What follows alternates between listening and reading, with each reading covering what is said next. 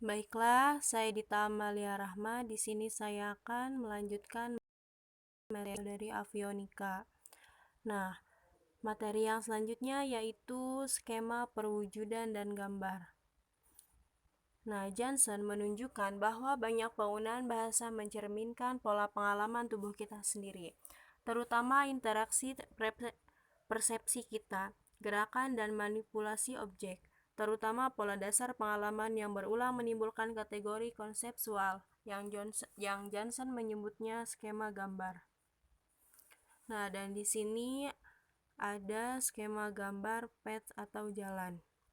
Nah, skema gambar ini terdiri dari titik sumber A dan titik akhirnya yaitu B, dan hubungan di antara mereka yang dapat kita anggap sebagai kekuatan yang bergerak dari A kepada B. Contohnya kata out atau keluar, diambil untuk menunjukkan berbagai macam makna yang tidak terkait. Nah, contoh yang pertama adalah Johan keluar dari kamar. John went out of the room. Yang selanjutnya B. Memompa udara atau pump out the air. Yang selanjutnya keluarkan kemarahan Anda, let out your anger. Yang selanjutnya pilih atau ambil teori terbaik, pick out the best theory. Yang terakhir menenggelamkan musik, drown out the music. Nah, contoh yang pertama bisa diambil untuk mencontohkan gerak fisik. Dikarenakan Johan keluar dari kamar, maka si Johan telah melakukan gerakan fisik, yaitu telah berjalan atau telah keluar dari dalam kamar, keluar kamarnya. 1B dan 1C secara harfiah dan metaforis sense pengusiran. Nah, 1D rasa pilihan atau dia memilih. Nah, dan 1E penghapusan dari bidang indera. Jadi menenggelamkan yaitu sama artinya dengan mengecilkan atau menghentikan musik gitu. Nah, yang selanjutnya yaitu lintasan dan penunjuk struktur untuk kata keluar. Nah, yang contohnya yaitu 2A, tuangkan kacang. Nah, pour out the beans. Yang selanjutnya gulung karpet merah, roll out the red carpet. Yang contoh selanjutnya kirim pasukan, send out the troops. Yang contoh selanjutnya bagikan informasi, hand out the information. Dan contoh yang terakhir yaitu tulis ide-ide Anda, write out your ideas. Nah, jenis representasi diagram terlihat pada pembahasan telah membuktikan cara populer untuk membuktikan makna yang berbeda dari preposisi. Sarana representasi ini dikembangkan sebagai besar oleh Lagerker dan Lakoff sebagai para ahlinya.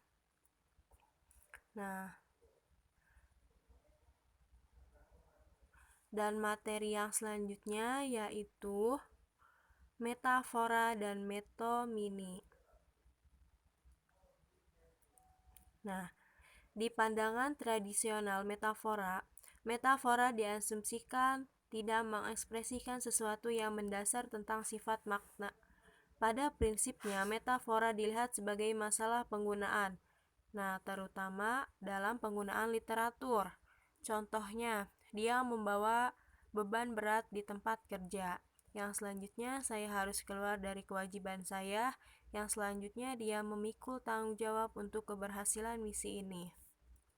Nah, yang bisa kita beri label adalah kewajiban adalah beban fisik.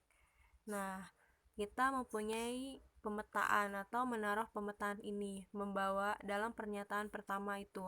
Membawa beban fisik membutuhkan pengeluaran energi dan bisa menjadi melelahkan. Beban dapat ditransfer ke orang lain. Nah, yang selanjutnya yang terakhir dia harus bersungguh-sungguh dalam melakukan kewajiban. Nah,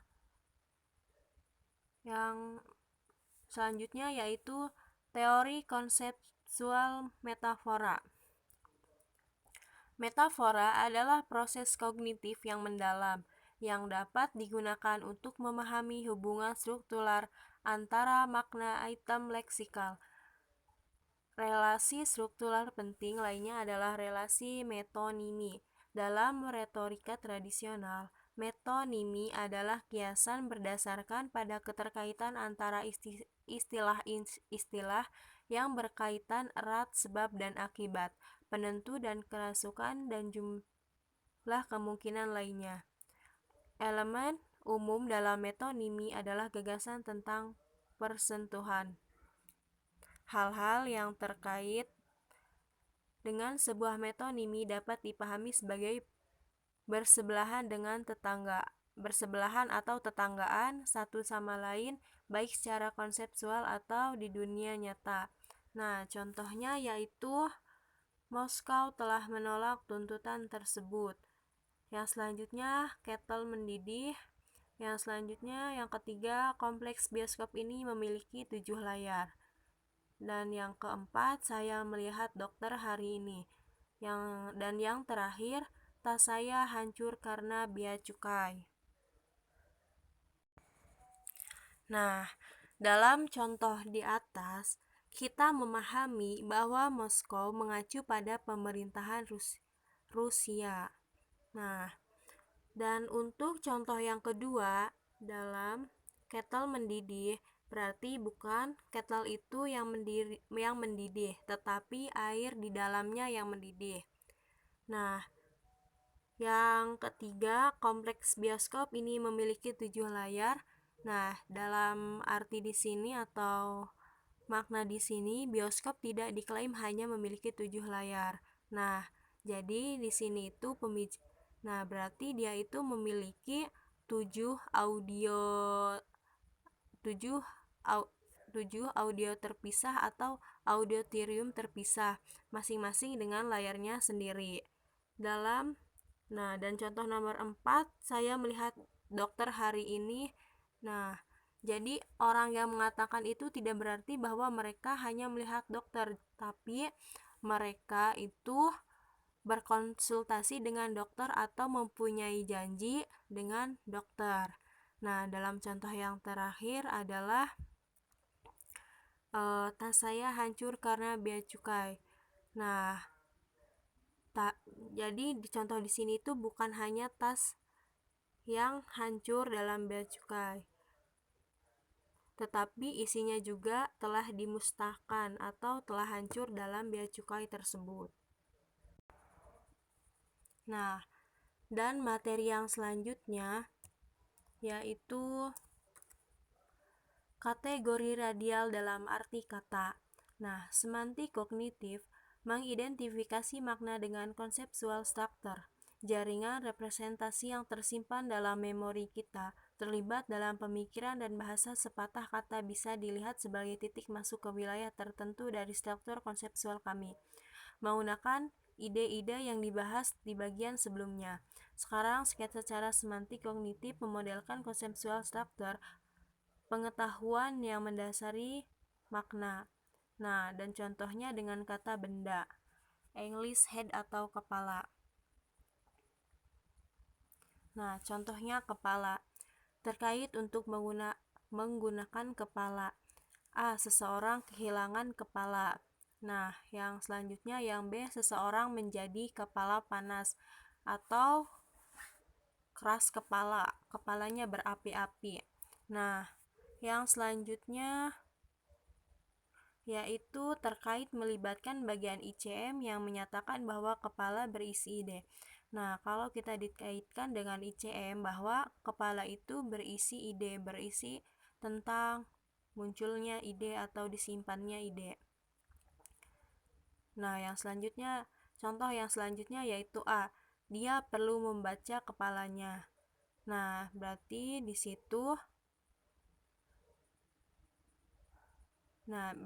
situ di kepala itu terdapat ide atau terdapat sesuatu yang muncul di kepalanya yang harus dia baca. Contoh yang B, sesuatu baru saja muncul di kepalaku. Nah, maksud dari sesuatu itu yang muncul di kepalanya yaitu ide. Yang contoh yang terakhir yaitu sungguh menakjubkan bagaimana Anda menyimpan semua fakta itu di kepala Anda. Nah, jadi di sini itu fakta-fakta itu bentuknya abstrak atau seperti ide. Nah, berbagai aspek ICM kepala mungkin relevan di waktu yang berbeda. Pada pendekatan makna ini, kita tidak perlu menyimpulkan bahwa kata benda head memiliki berbagai macam indera polisemus yang berbeda seperti lokasi organ perseptual, tempat pemikiran, bagian tubuh dari mana rambut kepala tubuh, dan sebagainya. Nah, jika kita melihat dari indera polisemus yang berbeda, nah, kepala itu mempunyai arti yang banyak, yaitu sebagai tempat pemikiran, bagian tubuh di mana rambut kepala tumbuh, seperti organ perseptual, dan sebagainya. Nah, dan materi yang terakhir, masalah dengan semantik kognitif.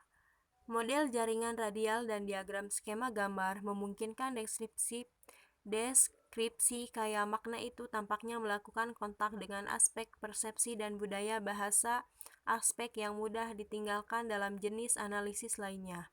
Meskipun demikian, atraksi bagaimanapun, analisis makna kognitif telah dikritik untuk sejumlah alasan. Dan dari masalah dengan semantik kognitif itu di sini ada pertimbangannya, yaitu yang pertama ambiguitas representasi diagram. Nah, dalam diagram itu kita pasti menemukan ambigu. Yang selanjutnya masalah menentukan makna inti. Nah, dalam menentukan sesuatu berarti biasanya kita sulit atau apa sih makna yang inti dalam makna ini itu apa gitu. Dan yang terakhir, sifat analisis yang tidak pasti dan spekulatif atau untung-untungan. Jadi kita itu jika melihat sesuatu kurang pasti atau bersifat untung-untungan gitu. Nah, mungkin cukup sekian dari kelompok 7. Kurang lebihnya mohon maaf. Wassalamualaikum warahmatullahi wabarakatuh.